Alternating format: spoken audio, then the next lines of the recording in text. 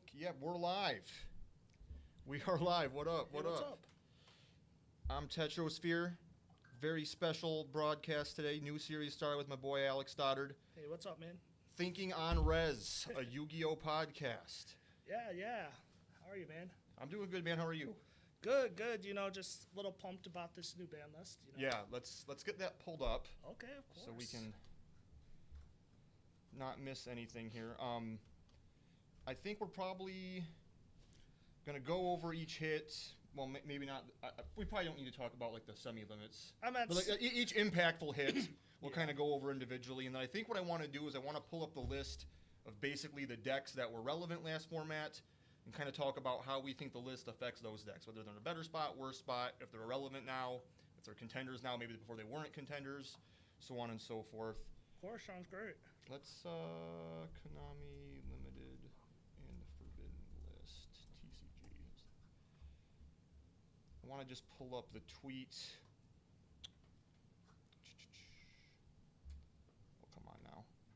Probably should have had this up earlier. Oh no, you're good. Just are you on Facebook? Yeah. On here, just go to Facebook, and then just go to Konami's.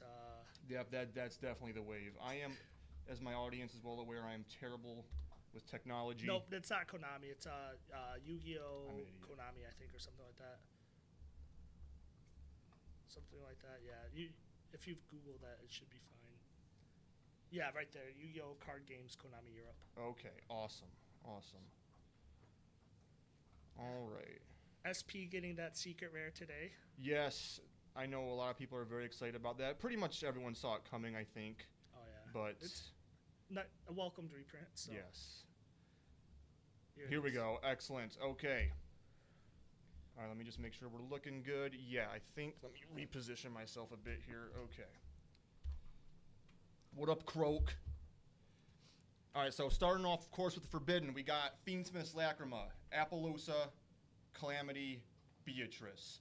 Now, let me start off by asking you like this, Alex. Let's say in the announcement, Konami said, we're going to ban 4 cards. How many of these 4 cards would you have expected to be in that 4-card pool? 50%, and I think that probably is most of the community that would have agreed with me. Yeah. I think a lot of the community probably said Calamity as well. I didn't think Calamity should have been banned, but it's a welcomed ban. I'm not too upset about that. Yeah, well, so. you play Centurion, of course. Yes. Yeah, and the deck's fine without it. Yeah, So. yeah, I think so, because you're still making what, like Blazar? You can make Blazar, yeah, you can make just double Blazar, I guess, or like, I don't know. I haven't really even thought about Centurion. Fair. But, fair. no, I don't think anyone guessed Lacrima. No, for sure. That definitely shocked me as well. Obviously, I play Ubel. So let me ask you, from what do you think was Konami TCG's reason for banning Lacrima of all cards? I think they just wanted to reduce the power of Fiendsmith without actually hitting like Engraver or Close Sky or anything like that. I think what hitting Lacrima does is it removes the splashability of it inside of like decks that probably shouldn't be playing it, like Memento or Centurion, stuff like that. So I meant because before, if you could, any deck could play Fiendsmith, but now it's really just Fiend decks, really. And I guess Yeah. Snake Eye, too, so. Yeah, so I feel like you basically have a choice now with Fiendsmith. You're either going to play a Fiend deck so you can get the most out of it, or you're just using it as a way to make Caesar or Desiree, because maybe your deck needs help with Nibiru, or maybe your deck can't put up an Omni. So you're hoping to open Engraver. If you don't open it, you don't open it. No big deal. You just do your normal engine. Do you think that is still an option for decks to utilize Fiendsmith that maybe aren't Fiend, or do you think at that point you're probably better off just splashing something else? I think that's what Snake Eye's going to do. And I guess any 2 Snake Eye monsters, because, they spit out 70 monsters a turn, they can still make Caesar to help isolate them from Nib. But obviously, by the time the Snake Eye deck is able to make Caesar and play, they're on summon like 300. So, like, I don't know. I'm not upset about Lacrima's ban. So, it sets an interesting precedent. Yes, for sure. That, like you said, no card is safe. So Yeah. So that was kind of what I've been saying all day. Is that we used to kind of think, at least I feel like a lot of players felt that like when a card was like really new, and especially if it was new and powerful, like it felt like Konami really wanted to push this engine, that they wouldn't really hit it so soon. I've heard a lot of people say, and I haven't verified this, but I've heard a lot of people say Lacrima is the soonest the card has ever been banned in the TCG. At like 46 or 47 days since it was 47 printed. days, 46, yeah. so, Quickest ban. So I do think that we now have this sort of precedent in the TCG at least that anything can happen, and I also feel like this tells us that Konami cares more about game balancing than people give them credit. I don't know if this sends that same message to you, but I personally feel like if the ban list was purely a way to move product, I don't think you hit Lacrima. Now, I'm not naive. I think the ban list is a way to move product, Yeah. but I don't think Konami sees it as that's the only reason to have a ban list. This, to me, Lacrima specifically, to me, says game balance, not money. Yeah, exactly. Have you ever seen the OCGs? Most they have 3 maxis. Yeah, yeah, 100%. So I think that we're in a bit better hands than some people like to give Konami credit for. And, you know, a lot of people that are maybe upset with this, like maybe you just spent a bunch of money on Fiendsmith and, you know, now it's not at full strength. I can tell you as a Ubel player, I've been, you know, testing a lot without Lacrima, seeing what kind of end boards I can make without Lacrima or Appaloosa. I feel like Ubel is still very strong going first and can still put up amazing boards going first. I think that if you want to use Fiendsmith, Ubel is the deck. Yeah, Ubel is the obvious winner of this ban list. Yeah, in that regard. So let me ask you this. You said if they told you there were 4, you would have guessed 2 of these. Is there anything that you feel like in the forbidden section, Konami definitely fumbled the bag? Yeah, Magnuma. Magnuma? And really? Okay. I'm going to be 100% honest. I think Magnuma is just so when I first heard it, I actually heard it on Mike Albanese's deck profile from YCS Sacramento, and he said Magnuma needs to be banned, and I was like, oh, that's kind of a hot take actually. And then the more I thought about it, like there are not many times that I've drawn Magnuma and drawn playable, and resolved Magnuma and lost that game. Like I think the fact that Magnuma's a hand trap, it's a disruption, it's an extender, and it searches another body is actually just kind of insane. I don't think they fumbled the bag on it, but it's something that, like, if it happened, I would have been like, oh yeah, it deserved it. So if you could change one thing about this, you'd either take something out and put Magnuma in, or just flat out put Magnuma in. There have just been 5 bans, yeah. Yeah. Or like, I mean, there's other cards that probably I would say like I would love to see banned. Like Call by the Grave is another one. Like okay. I think that card is very degenerate. It's one of those cards that I truly believe should be at 0 or 3. Yeah. Because that one, it just feels so super sacky. I agree. And then, but yeah, no. Obviously, you know, Apple and Beatrice, I think if they needed to go. Yeah, on your Yu-Gi-Oh! Bingo sheet, those were the 2 free spots. Of course. Are you surprised about IP not being on this?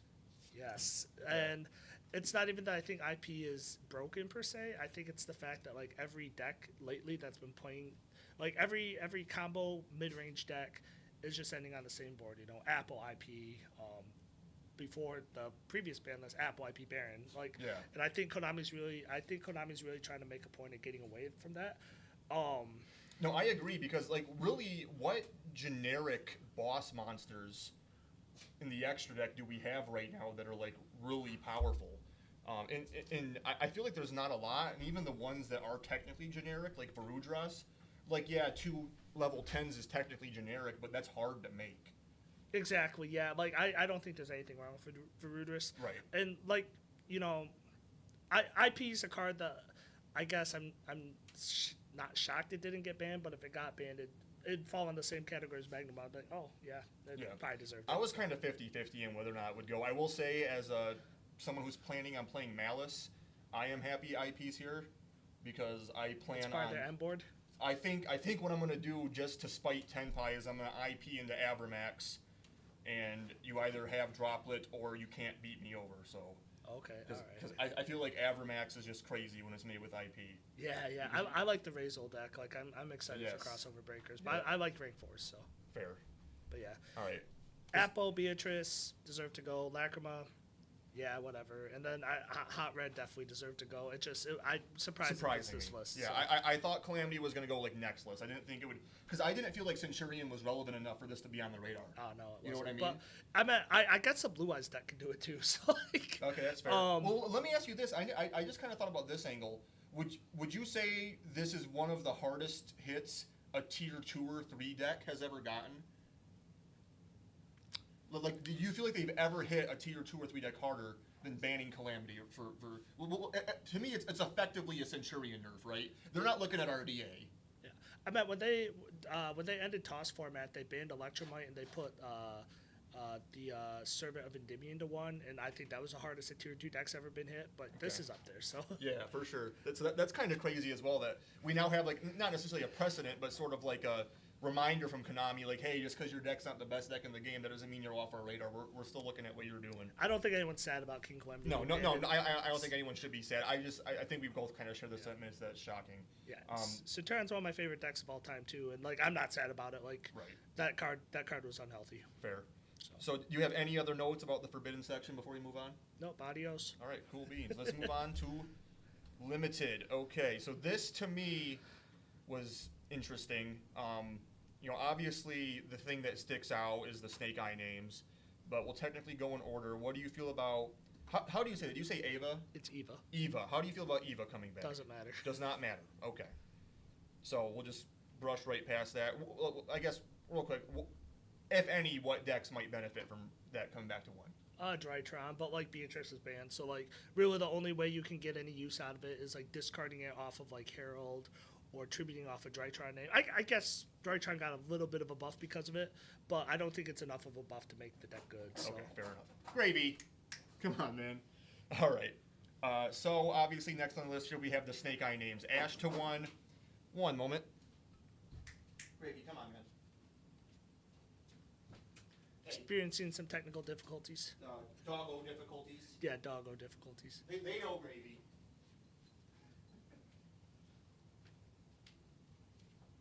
All right. Ash and Poplar to 1. Yes, Ash and Poplar to 1. So, I didn't expect this to be the Snake Eye hit. I was very certain Snake Eye names would get hit. I didn't think Ash and Poplar to 1 would be it. How far off was this from your expectation?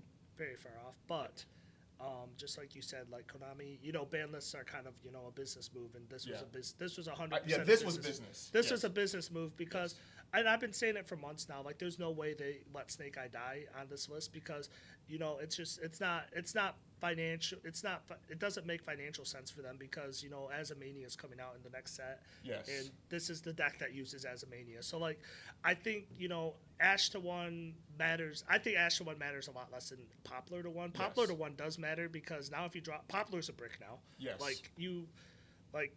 Poplar's an absolute brick. I mean, if you draw Poplar, draw him Ash. I guess Ash to 1 does kind of matter because you can no longer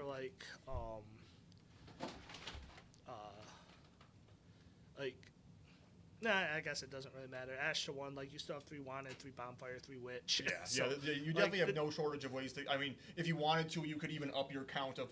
I'm not saying players will do this, but in theory, if you feel like you miss that little bit of consistency, you could run 2 original. You might play cards 1 for 1.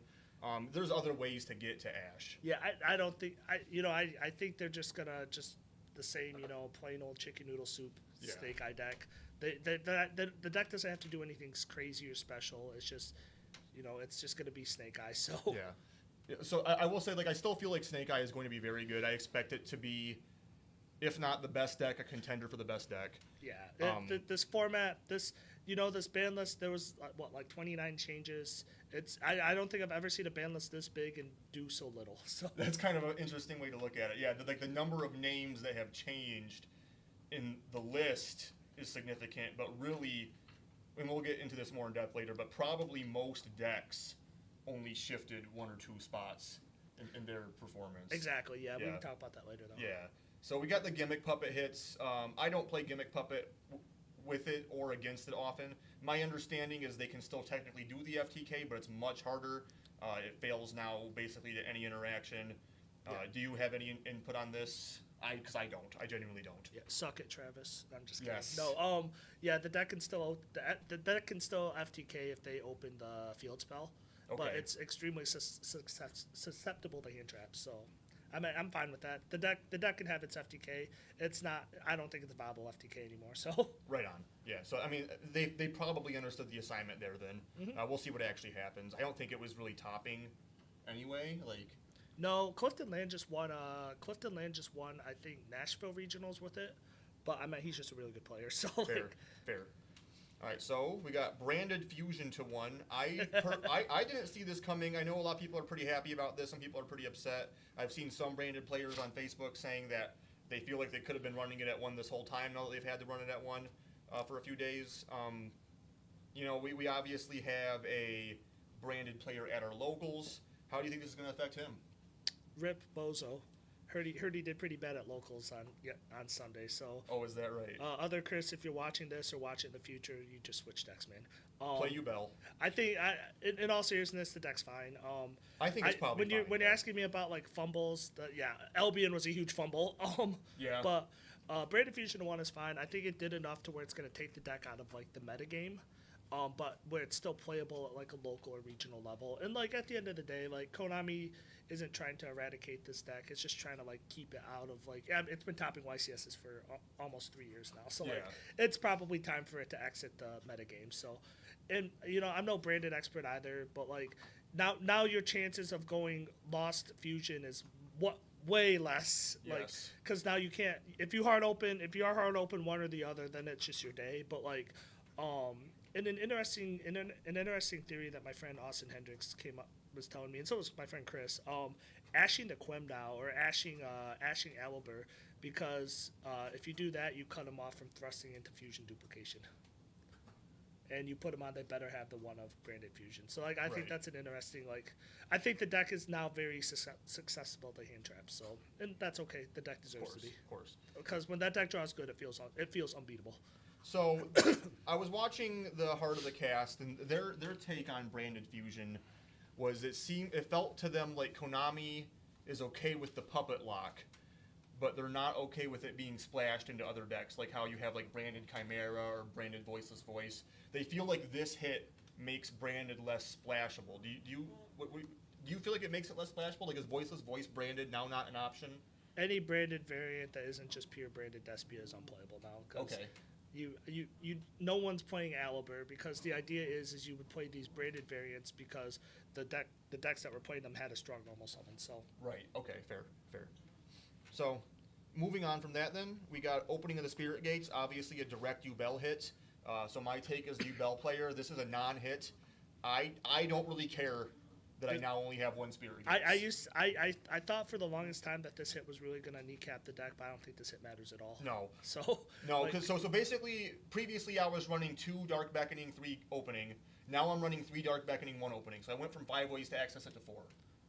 You know what I mean? Like I'm at the 4 ways are much weaker now because they're much more susceptible to hand traps. Yes. But whatever.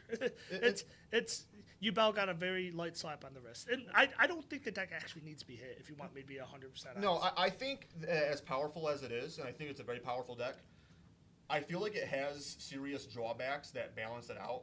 So, like, for example, I would say, Snake Eyes doesn't really have a lot of drawbacks. Or at least before this ban list, it definitely didn't. Whereas, Ubel has kind of always had this problem since Phantom Nightmare when it became competitively viable, where, you have to play these bricks, so it has consistency problems.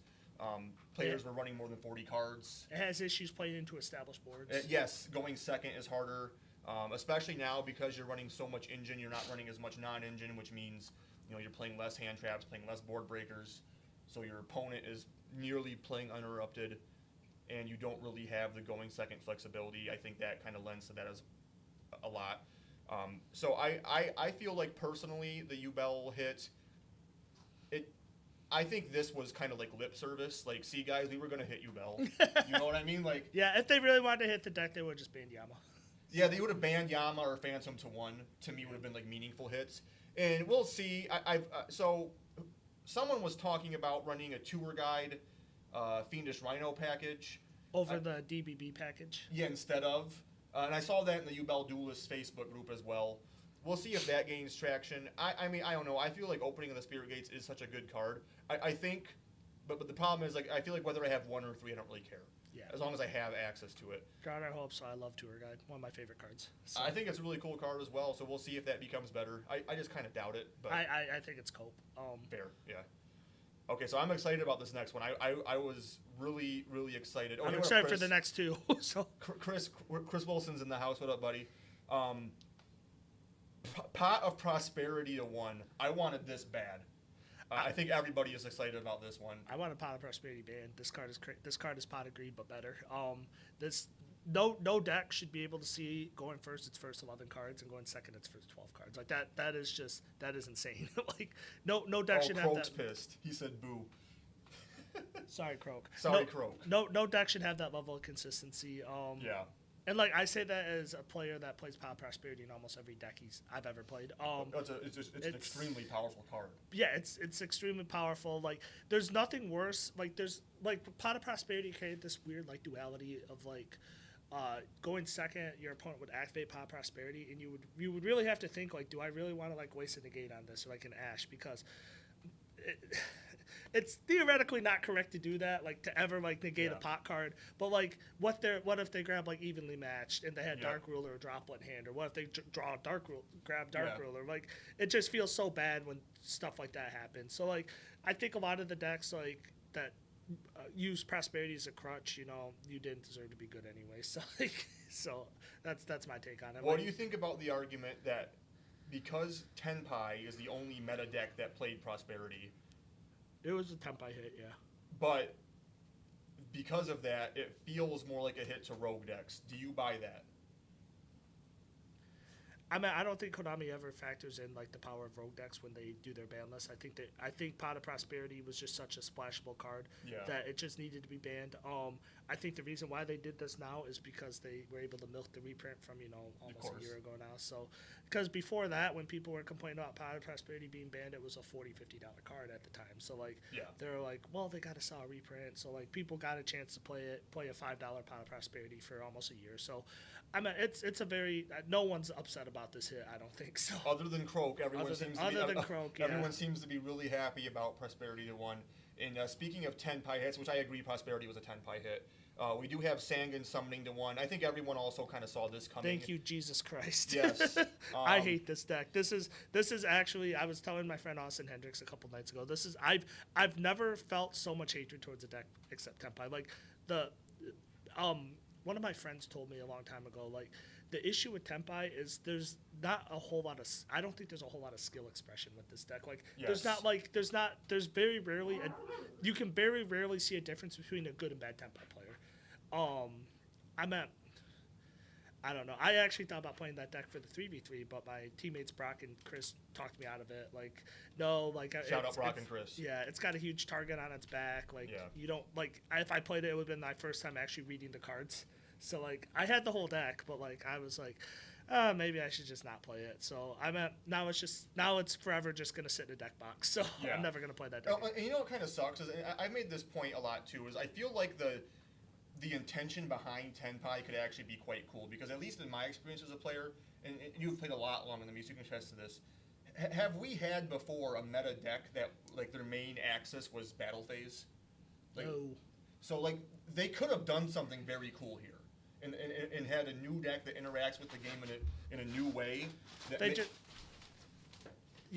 just had to make the degenerate cards like Sangan Summoning and Transcendent Dragon cards that, there's nothing wrong with the deck that, is battle phase focused. And I think, these hits are actually, we were talking about this earlier, like how you think this might be the best deck. I don't think it's the best deck. And I think the biggest reason I was saying post-Rhoda. I don't even think it'll be the best deck post-Rhoda. And I think the biggest difference is we're missing Max C here. Yes. Where like they play 3 Max C, 3 of the new Chummy. But I think moving forward, they're going to just play 3 of the new Chummy and 3 Perulia, which I meant Perulia is like, all right, but it's no Max C. So, like, there's no way, like, and, I'm going to be 100% honest. For the most part, I think TCG players are just better than OCG players as well. So, I'll take it.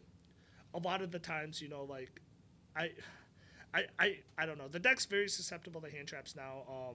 Like you can imperm a Hydra and like feel okay about it now, or like Yes. you can draw. And like an interesting thing is like if I have hand traps against Tempai, I can now like almost like comfortably pass if they shifter me now because like it's very rare that they're gonna just lead with Sing and Summoning. If they led with Sing and Summoning and they had shifter, they had it. But like Right. I'm not gonna be upset about having to pass against shifter now. So No, because you know at least. So in a 40 card deck, you have a 13% chance to draw one of. They have terraforming, so we'll call it 23% chance they draw access to Sang and Summoning. But now you could argue it's correct to Ash to terraforming. Whereas before you were like, oh, this is bait. yeah. But now, probably they're actually terraforming to get the Sang and Summoning. Point being, you have the hand traps in your hand, and you feel pretty good that there's a good chance those hand traps are actually going to mean something on your opponent's turn. Yeah, I think one of the ways I'll talk about later. Okay, fair. Yeah, we've kind of spent a lot of time on Tempai just now. So we got that grass looks greener. Doesn't matter. This is so that you think no mill deck becomes relevant off this? This card could be at 17 and not matter, and you Really? know why? There's this nice two word card that exists. It's called Dimensional Shifter. Dimension Shifter, yes. Yeah, if you go, imagine, so picture this. You're playing at locals, you're playing a 6-card deck, and you hard draw that grass looks greener. You go activate grass, and they go Chainlink 2 Shifter. Yes. You lose immediately. Yes. So You just banished 20 of your cards. I think the game is really like, and like the biggest hit to that grass looks greener isn't even like grass. It's the fact that snow isn't in the game, and snow is so powerful. I don't know if you. That's that main deck graveyard one. You banish 7 cards, summon it, right? And a Book of Moons on summon. Yes. Quick effect, and it's not once per turn and not once per chain.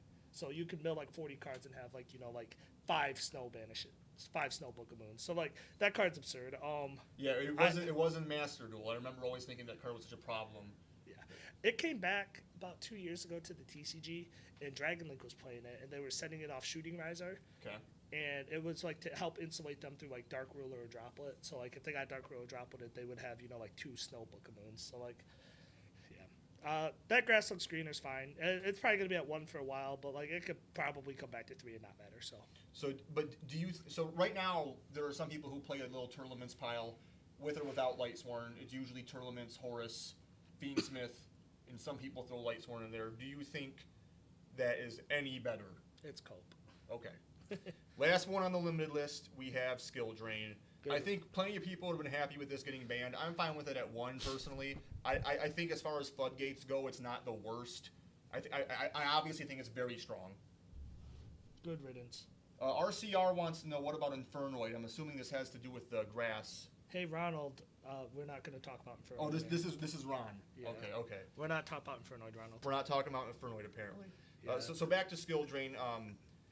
Do you feel like this is fine at 1? Should it have been a 0? It should have been. It should be at 0. That card's crazy. Okay, fair. It's the weakest of the power floodgates in my Right. opinion. Between like Tikaboo, Rivalry, Gozen, Skill Drain, I think it's the weakest of them. But I hate that card. I was hoping to see that card banned because now with it at 1, and spoiler alert, there's no runic hits. Like runic stun deck, unfortunately, is still going to be a deck. So Yeah, I agree. I think what most people would argue that makes Skill Drain less toxic than the others is that there's ways to play around Skill Drain. Like with me as like Yubel, if I open or like if I have Grave Squirmer in hand and I summon Spirit of Yubel, I can still activate its effect because I can chain Gruesome, pop Spirit with Gruesome, and then Yubel will resolve.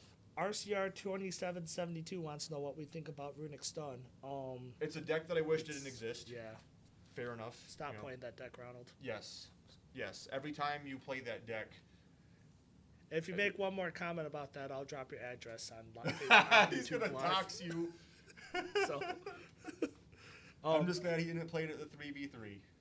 Yeah, he decided to scrub out with Snake Eye instead. Yes. So it was to be expected. It's Ronald. So, anyways, let's go to semi-limited. Sure. So I feel this is gonna be pretty short and sweet. So obviously all the Dragon Rulers. I don't even know why they wasted time putting this to 2. You could have put them all to 3 probably, right? Like every single thing on this list that went to semi-limited probably could have just gone to 3. You think even Colossus? Yeah, if Colossus isn't doing anything at 1, it won't do anything at 2, and it won't do anything at 3. I'm at Pure Thunder, I guess. It's a buff to Pure Thunder Dragon, but You gotta remember those cards were made in 2018, so Yes, of course. they don't really matter anymore. Yeah. Blaster, Redox, Tempest, and Tuttle. If you would have told me, I don't know, even probably 5-6 years ago that one day these cards that Yu-Gi-Oh was at a point where these cards can safely come back to 3 and not matter, I would have called you crazy. I played during Dragon Ruler format, and like I have a lot of PTSD from these cards. These cards were crazy back then. Yes. But by today's standards, they're not that good. So they can non-consequentially come back to 3. So one thing that I think is interesting about Dragon Ruler that I think they might see play. So for example, I know when Tenpai first came out, it didn't pan out, but some people were like gold sarking Blaster. Yeah, for Hydra, yeah. So I could see a world where, especially if Gold Sark ever comes to 3, what is that now, 1 or 2? It's at 1. It should never come back to 3 though. So. Well, I'm just saying, like in a world. Yeah, in a world, yeah.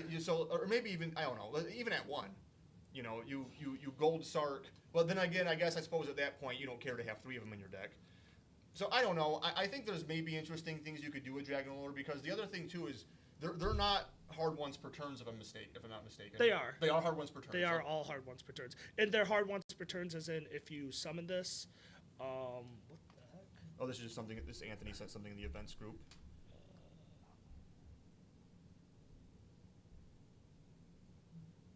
I wonder why he sent this. Oh. Anyways. Yes. Hey, Anthony. Yeah, so the Dragon Rulers are all hard ones per turns. They can either do the search or they can do the summon, so. They can't do both. Yeah. Interesting, okay. So I don't really know what do you think there's any deck that could utilize these cards? Dragon Rulers 10 years ago. Okay, so but these cards are if Konami went and reprinted these cards, they'd just be killing trees for no reason.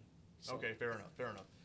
Yeah, and like you said, Luna Light Tiger, I don't even know what that card does. It's a non-once per turn monster reborn. I like that card a lot. I like the Luna Light cards. Shout out to Skylar, he really likes those cards too.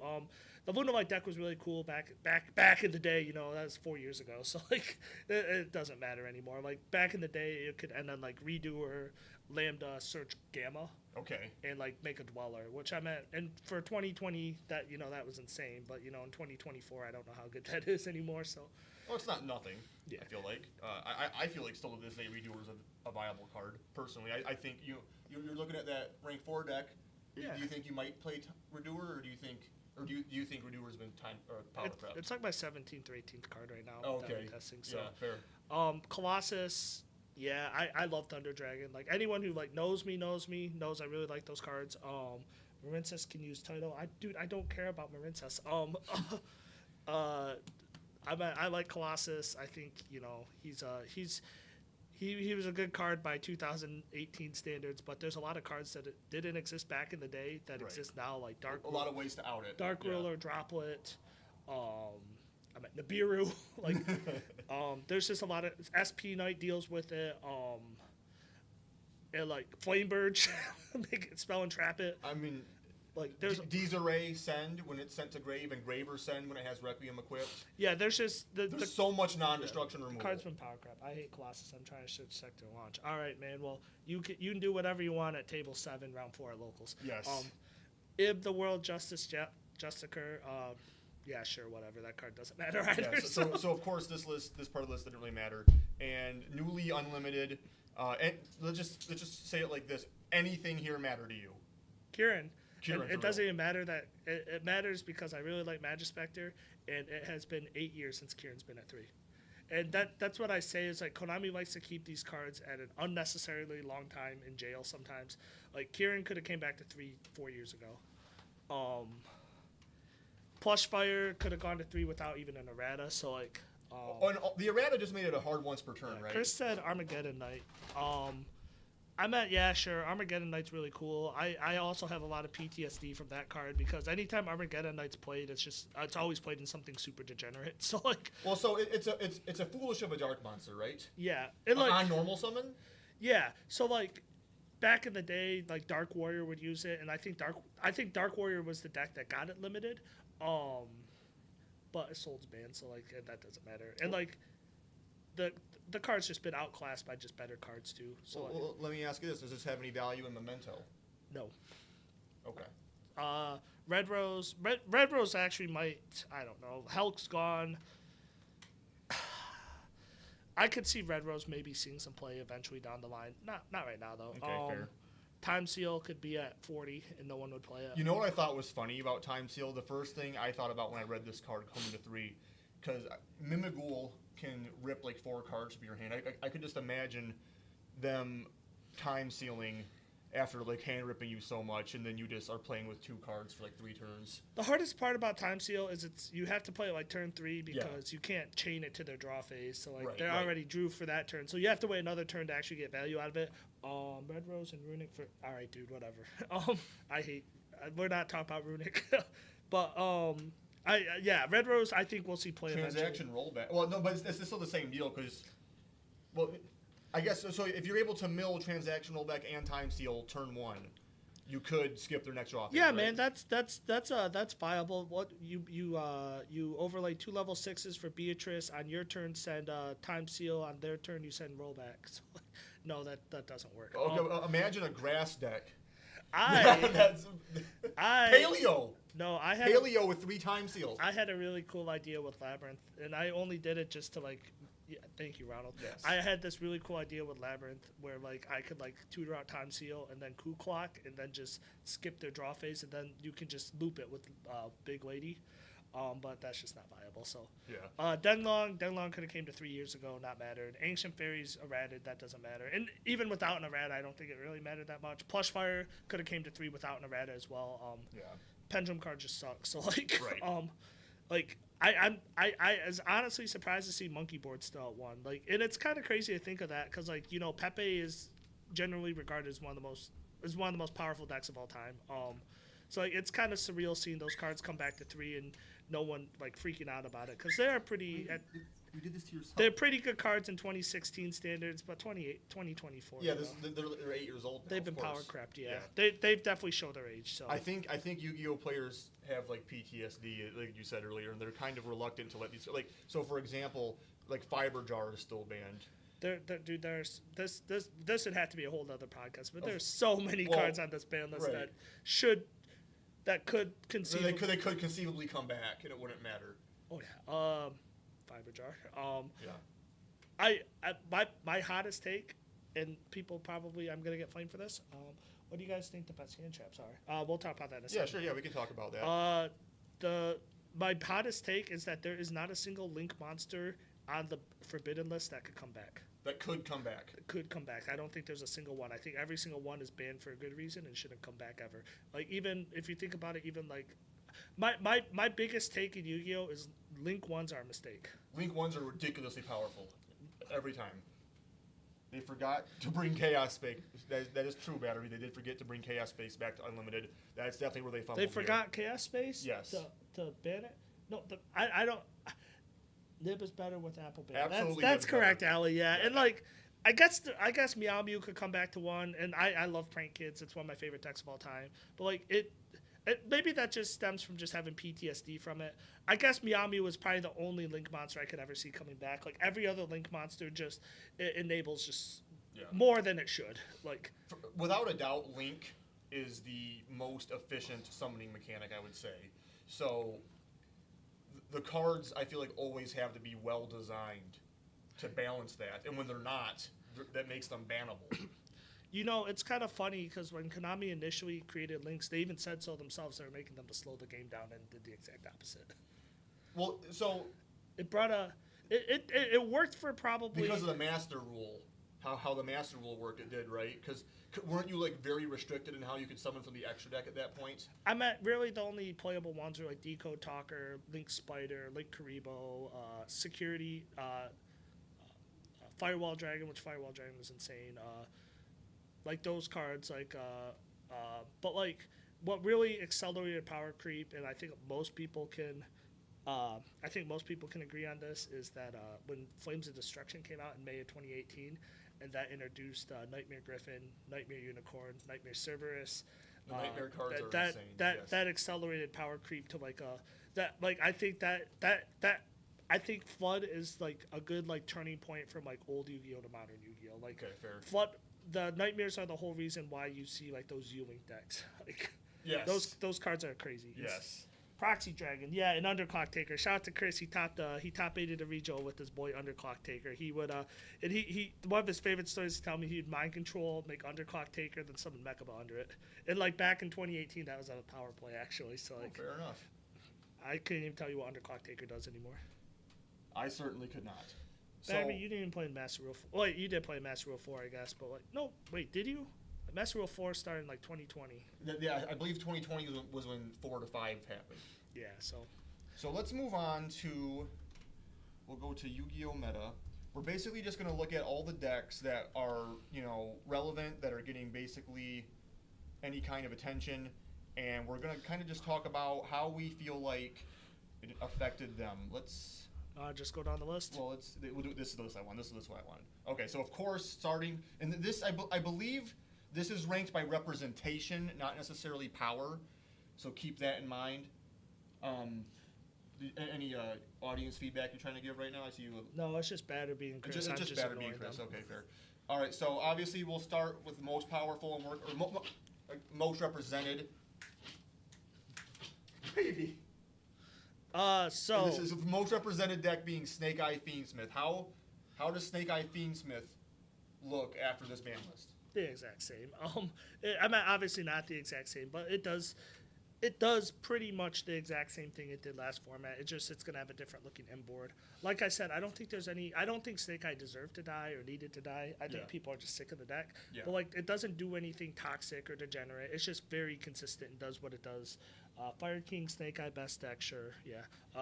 And then Fire King, the Snake Eye deck just does what it does, and it does it very, very efficiently. Right. What would Snake Eye end on at the moment? So I think the boards I'm looking at are like IP. It's like IP, Rabbit, Flamebird, Caesar with Princess Engrave. Yeah, so... IP, Spell, and Trapped, I'm sorry. Yeah, so IP in the back row, you got Flambird, you got Silhouette Rabbit, with, of course, Angel Statue sets. Yeah, and Caesar. Yeah. Which, by the way, I feel like is still a very solid end board. I mean, if they set up that whole board and you're just playing into it with Engine, you're not beating it. Oh, and not Caesar, Lacrima. What about Lacrima? I must have missed. Yeah, not Caesar. You're making Lacrima, I think. No, you're making Caesar. Lacrima got banned. Not Lacrima. The Desiree. Yes. Desiree is what you're making. Grady, why are you scratching the wall? But what are you making with IP outside? You're using SP. You're gonna SP link off Flamebird. Yep, so. And then you get your 2 idiots back out for follow up. Yeah. You're gonna summon Ash and Oak off that. So that's basically the idea, I think. Batterby correctly points out no more Beatrice shenanigans into like Rise to Full Heights and different dimension ground and stuff like that. I agree that was I didn't like those plays. Yeah. So that's definitely a good hit to Snake Eye. All right, Tenpai will be real short and sweet. It does the same thing. It's just very. I think Tenpai is in virtually the same spot. I think you're a bit less consistent, but I feel like the thing that I think changes about Tenpai maybe is maybe now hand traps are better than board breakers for Tenpai, because I feel like we were at a point where Tenpai would rather just let you play and then play 3 board breakers to crack everything you've got. But I feel like because you're not. You might not have the field spell protection. You might not have the consistency of prosperity to dig for those board breakers. You might feel better playing into a board that's half baked. Or do you think Tenpai still just wants to play breakers? I think it still plays breakers for now. I think it's the 3rd best deck. So yeah, I think that's probably true.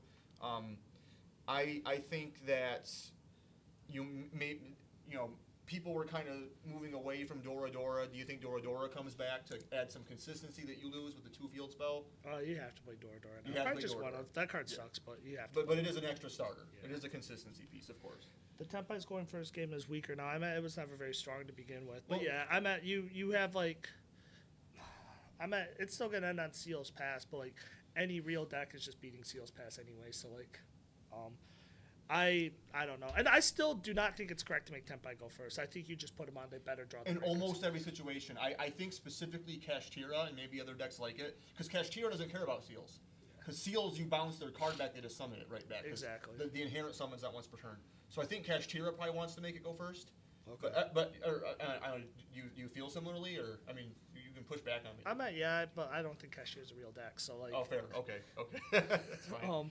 That's fine. So we'll move on then. We got Ubel here. Previous format, it was the third most represented deck. It's the winner. It's I think it's gonna go Ubel, Snake Eye, Tempai. In terms of power and representation, or just power, like. Sorry, Allie. Sorry, I didn't mean to throw shade at you. I'm just I don't think I think the Pot of Prosperity hit's a pretty big hit to Cashier. So That's fair. I think it's Ubel, Snake Eye, Tempai, and I think after Rhoda it's gonna go Snake Eye, Tempai, Ubel. I pretty much agree with that. Like I think for me, I would maybe I feel like Tempai has a chance to be number one. We've kind of already touched on that, but obviously only time will tell. Yeah, I agree. I think Ubel. I think of all the main decks right now, Ubel has the best time through hand traps. Yeah, Ubel. You have the trade-off of making the most. The deck reminds me a lot of Manadium back in the day. Manadium really didn't lose to any hand traps except roll, and you had you traded off the fact that you were playing bricks and you were playing, but your trade-off was you had the best going first board in the game. You know, back in the day it was Barone, Dissipator, Apple. Barone, Dissipator, Apple reframing. I'm at no decks beating that. Would that have been like AGOT format? AGOT format, yeah. But like the deck struggled, like what Ubel does. It struggles going second. I've been testing Cash Snake Eye, and I'm starting to like it. You should play it, Allie. You know, it's a lot better than just Shift or Turbo. So. And so kind of talking about how Snake Eye is basically in the same place. I think Cashier with Snake Eye is still a very strong strategy. I think any of the Snake Eye variants that were popular before are probably still going to be strong. Mm-hmm, yeah. I mean, if you don't want to play Snake Eye Fiendsmith, I think you can still play Snake Eye Cashier and have success. Okay, and but other than that, I don't want to touch on like all 50 decks that are. Oh no. But I'll touch on a couple. So I wanted to do like 5 more. Like so how I wanted to do it was the 3 tier 1 decks and then like 5 tier 2 decks. Okay. You know what I'm saying? Obviously, this list is immense. I wouldn't expect us to go through all of these, or do you feel like 5 more is too much? I don't even think 5 more is too much, Okay. but I'll tell you the 5 I think that are. Okay, so let's do that. Instead of doing the 5 decks on here, let's do the 5 decks that you think are the next best 5 going forward. That's how we'll do it. Ritual Beast, White Forest, Memento, Runic Stun, and probably Branded. I was gonna say maybe Fiendsmith Chimera. Or do you think Brandon's in a better spot than Chimera? I just think Brandon's better deck than Chimera. Okay, fair. I mean, there's still such a difference in power level. If you play Unicorn, please don't ruin my Transcendent. There's such a difference in power level between these 3 decks and those 5 aforementioned decks. Still, though, like it's not as large as it was last format. But like if you're playing these 3 decks like Ubel, Tempai, or Snake Eye, you should still consistently beat these 5 decks under it, unless it's their unless it's their day. Like I'm at Ritual. I'll touch on all of them. Ritual Beast. Like. I hate when people just call it a shifter deck because it does so much more without shifter. I like Ritual Beast a lot. I'll never play it, but I like the deck a lot. Thoughts on Fiendsmith Chimera? It's all right. I think it's a viable tier 2 strategy. It's a very viable tier 2 strategy. Yeah. Actually. That's just them going back and forth. Oh yeah, I think Chimera is a viable tier 2 strategy. Like I don't hate you for playing it. Like I don't think it's like as bad as like like if you showed up with like Exodia or Raid Raptors. So. And then. Yeah. But yeah, you said like Ritual Beast. Did you say White Forest Pure or White Forest Runic? What's your? When I say White Forest, I just mean any White Forest variants. Yeah. Okay. Yep. I feel like they're also in a really good place. I think the biggest thing about White Forest is I think the White Forest Runic deck is just like another iteration of like what like Runic Naturia was, or like the Bestial Runic deck was. Like it's just I really like the Runic cards. One of my hottest ban list takes is I don't think the Runic cards deserve to be hit. Like they're all fine. They're very fair cards. I think they take a lot of skill. It's the cards are interaction the deck. So like yes. There's the issue is like every format I just get afraid that Konami's just gonna scapegoat them, because like I also love the Runic spells. I think it's the floodgates that make that deck toxic. Exactly. I think the Runic spells are fine. Exactly. The Runic cards are fine. And yeah, so White Forest I think is a decent deck. I think it has a pretty high skill ceiling, and that's the same with the next deck, Memento. When people ask me about Memento, I just say, so imagine Branded, but it's good. This, But also without puppet locking. yeah, it plays like a real man. Yes. I like Memento a lot. Everyone, my whole friend group's just been telling me just play Memento because I have the deck. I really like the deck. The issue with the deck is it has an extremely like Branded. It has an extremely high skill ceiling. So like when you're playing in a tournament, you're like you have a very little room for error. Like the decks like Memento and Branded are just not very forgiving decks. So Right. like you have to know the deck like inside and out, and then It's basically just Batterby agreeing about the stun aspect of Runic. it's you have to know the deck inside and out. Like you can't just pick it up and take it to one locals like Devin Davis did. You have to know the deck like inside and out. Like it's a deck that you have to really grind with. Like because like every single one of the cards is like 3 different effects.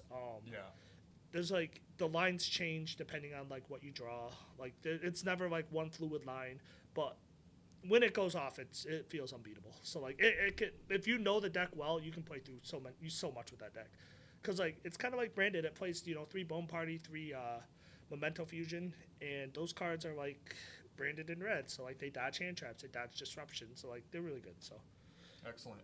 I think that is basically all 5. and then Branded, yeah, we'll just touch on Branded real quick. Yeah, the deck's fine.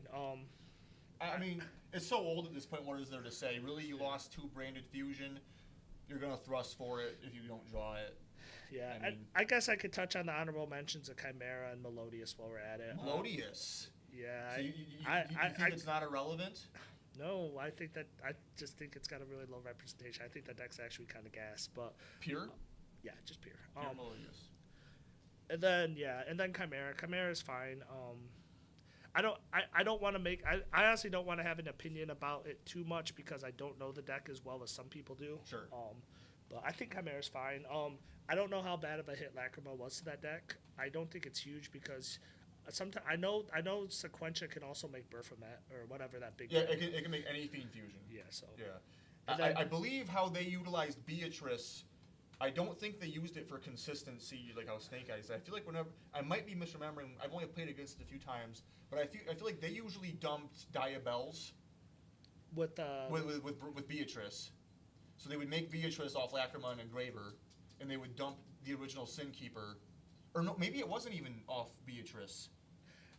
Normally, what I know they were dumping is they were dumping the Evil Hero package to extend because you would dump and summon a Dusted Gold. Yes, that sounds familiar as well. I guess the last like honorable mention deck is Pearly.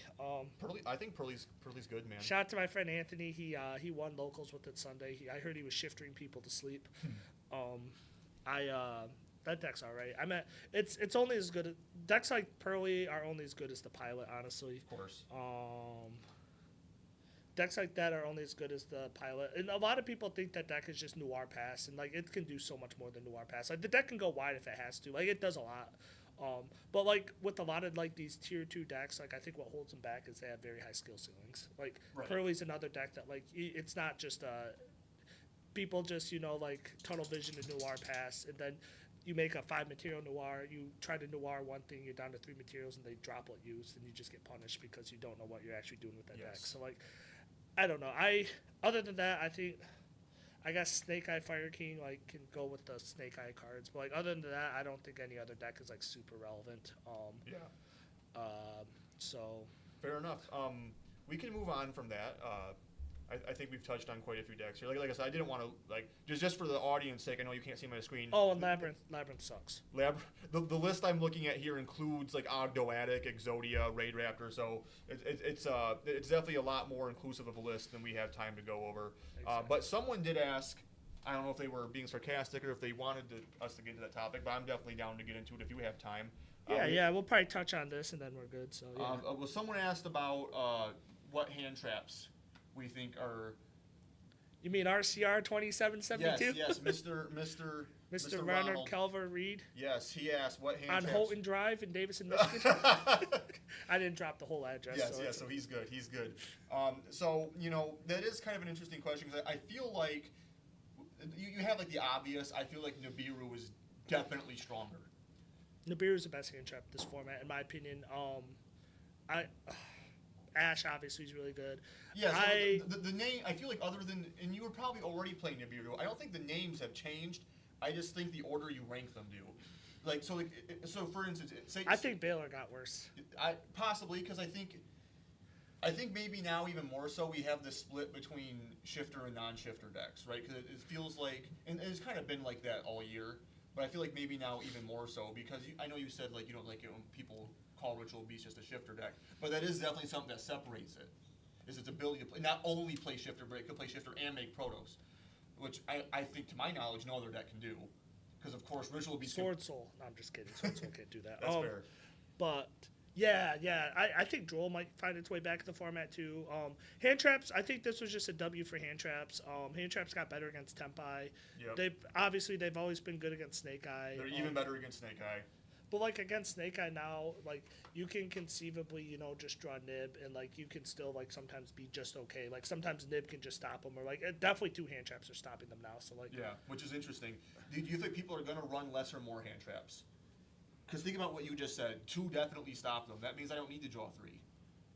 No, you still need to play a lot of hand traps. Yeah. Allie said, I think Morner got a little worse. I actually think the opposite. I was telling my friends a couple days, last night actually, that I think I might switch Morner for Baylor. Yeah. And the sole reason is because it can play under shifter. Yes, so that is the thing that Morner has going for it that Baylor doesn't, is that Morner works under shifter. I recently added Morner to my repertoire. I didn't replace Baylor, it's just an addition to. So I was previously running 12 hand traps, I just bumped it up to 15. The only hand trap I could see re-entering the format, and it really depends on who you ask too, if it was ever in the format or not, is Droll. I never thought Droll was like a real card last format. I do side Droll. I think it's viable in the side. Yeah, I never thought Droll was like a real card last format, but like you could almost make an argument to main it now, but I don't think it will be. So, I think basically maybe not literally, but I think every deck that we mentioned or tier 2 does not want to get Drolled. Yeah. So I do feel like it's a good side option for those matchups. Yeah, maybe for a regional, right? Yeah. Yeah. So. I think Breakers. H. I'm not even going to dignify that with a response. I don't know what that even means. So. I definitely feel like hand traps are better than breakers, and I feel like that's a good thing. I feel like I'd rather play in a hand trap format than a breaker format, just because I feel like there's less variance in a hand trap format. 100%. And I hate doing my thing, learning my deck, playing my combo out, establishing my board, and then I just get blown out by Raigeki. It doesn't feel good. I will say playing Raigeki feels good because that card is just awesome. You just smite your opponent. That's sick. But getting Raigeki does not feel good. Whereas I feel like, if I get impermed and then I get ashed, that's interaction. I can interact with those cards. I might have Called By. I might have, if I get nibbed, I might have Caesar. Specifically as a Ubel player, I might have Phantom. So I have to make a decision, right? Like, do I Phantom this Ash and lose to Nib? Or do I let the Ash go and have a half-baked board? Right, so I feel like that's a healthier play style than, they activated Raigeki. I obviously have to interact with this. I don't have a choice. I think most people will agree that hand trap formats are typically more skillful than board breaker formats. Board breakers just bring a lot of variance to the game that can be frustrating because board breakers, it doesn't matter what board you set up if they draw droplet evenly or droplet Raigeki, that doesn't matter. So good players can still play around hand traps. Yes. And I like the idea of playing hand traps because hand traps are all about getting a read on your opponent as well, and you can bluff hand traps too. That's right. So I think that's interesting. So. Allie's asking, so main board Ash, Imperm, Nib, Morner. I think it could be, so if you're going to run 12 hand traps, it could be those 12. You could do Valor over Morner. Obviously, Valor has a bit more flexibility. You can Valor a normal summon. You can't Morner a normal summon. So I think it's kind of like a coin toss between Valor and Morner. If you're talking about your deck, Allie, which is if you're still playing pure Cash, I would just play those 12 with Shifter. So 15 total if you're counting Shifter. Yeah, Cash can very comfortably play 15 hand traps. So last time I played Cash here, I think I played 15 hand traps in a 40 card deck. So, but yeah. Anyways, in a shifter deck, Valor and Droll are not good. Of course, yeah. So I thought you were just kind of asking generally, in the format, broadly speaking, what are the best for. Mm-hmm. I think that's pretty much what I feel like. I feel like we're not breaking news with that. I think probably everyone knew with Apo gone, Nibiru was going to be the best hand trap. Oh, yeah. So I mean, this pretty much worked out perfectly time-wise. I was hoping it'd be about an hour. We're at 59 and a half minutes. I feel like we had a really good time here for the first episode. Hopefully we do this. I would love to do this at least every time something significant happens, like a new set, ban list, things like that. Maybe a premiere event just happened. We can talk about that. Yeah, when I top YCS Niagara. I'm just kidding. When he inevitably wins YCS Niagara with Voiceless Voice, we'll of course do a podcast to talk about the many 3 ways we had afterwards. And what's your question, Allie? Better be it's 2-2 turbo. But what's your question, Allie? Dark Ruler or evenly matched? I think I think Dark Ruler sucks. So I don't know if I would say it sucks, but I think evenly is just because think about Dark Ruler would be like if in a 15 cards extra deck side deck and you're playing 3 of each, it would probably be like my 20. It'd probably be like around 28 to 31. I think Dark Ruler is specifically better against Ubel, but every other deck I would rather have evenly. Yeah, and I think if you open evenly in like 1 or 2 hand traps against Ubel, you can still get value. Yeah. Because I don't know if I can. Ubel I think is right now the only deck that can put up 2 Omnis. I don't know that I can put up an Omni, let alone 2 through 2 hand traps. Maybe. Exactly. Or like evenly's Cosmic Cyclone's good against that deck too. Yeah. Oh yeah. Exactly. Cosmic the sequence evenly matched. So do you have anything you want to say in closing? How are you feeling about this whole this whole situation, the podcast? Do you feel like it was a good time? It was a great time, man. If I didn't have to work at 7 in the morning tomorrow, I'd keep going. But yeah, yes. Pretty happy about the list. I just want to tell everyone who told me I was stupid for saying that nothing would change, that nothing changed. So it's kind of funny. Everything changed, but also nothing changed. Yeah, So everything changed, nothing changed. I'm kind of excited to play Pure Thunder at Rogue Knight. I love that deck, and I get a chance to play with my ulti Colossuses. So. And for the bread and butter of my audience, I think that maybe Trap Tricks went from tier 50 to tier 45, maybe a little bit better. Worth trying out at your locals to see how it goes. Droll's not a big of a problem. Board breakers won't be as big a problem. Hey, maybe we can do some. I think on that, we're going to close it out. Looking forward to the next one, man. Thank you so much for joining me. Of course, man. You folks have a good night.